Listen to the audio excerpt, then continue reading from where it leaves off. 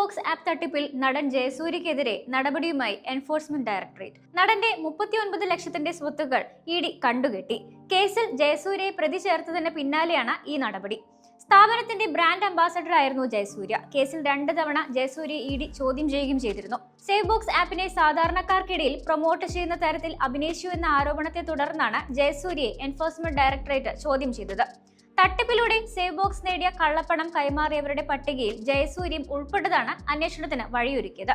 നിക്ഷേപം എന്ന പേരിൽ നിരവധി പേരിൽ നിന്ന് കോടികൾ തട്ടിയതിന് ആപ്പിന്റെ ഉടമസ്ഥനായ തൃശൂർ സ്വദേശി സാത്വിക് റഹീമിനെ 2023 തൃശൂർ ഈസ്റ്റ് പോലീസ് അറസ്റ്റ് ചെയ്തിരുന്നു.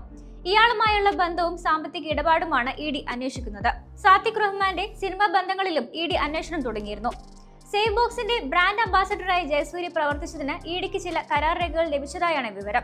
സിനിമാ താരങ്ങളെ മുൻനിർത്തി നിരവധി സാധാരണക്കാരിൽ നിന്ന് സാത്വിക് റഹീം പണം തട്ടിയെന്നാണ് കേസ്. സ്ത്രീകൾ ഉൾപ്പെടെ 1 ലക്ഷം മുതൽ 20-30 ലക്ഷം വരെ പണം നൽകി തട്ടിപ്പിന് ഇരയായവരുണ്ട്. തട്ടിപ്പിലൂടെ ലഭിച്ച ഈ പണം ജയസൂര്യയിലേക്കും എത്തിയെന്ന നിഗമനത്തിലാണ് ഇഡി. എന്നാൽ ചെറുപ്പക്കാരനായ ഒരാൾ തുടങ്ങിയ പുതിയ സംരംഭം എന്ന് വിശ്വസിച്ച് അതിന്റെ പരസ്യത്തിൽ അഭിനയിക്കുക മാത്രമാണ് താൻ ചെയ്തതെന്നും അതിനുള്ള പ്രതിഫലം പോലും പൂർണ്ണമായും തനിക്ക് ലഭിച്ചിട്ടില്ല എന്നുമാണ് ജയസൂര്യ ഇഡിക്ക് മൊഴി നൽകിയിരിക്കുന്നത്.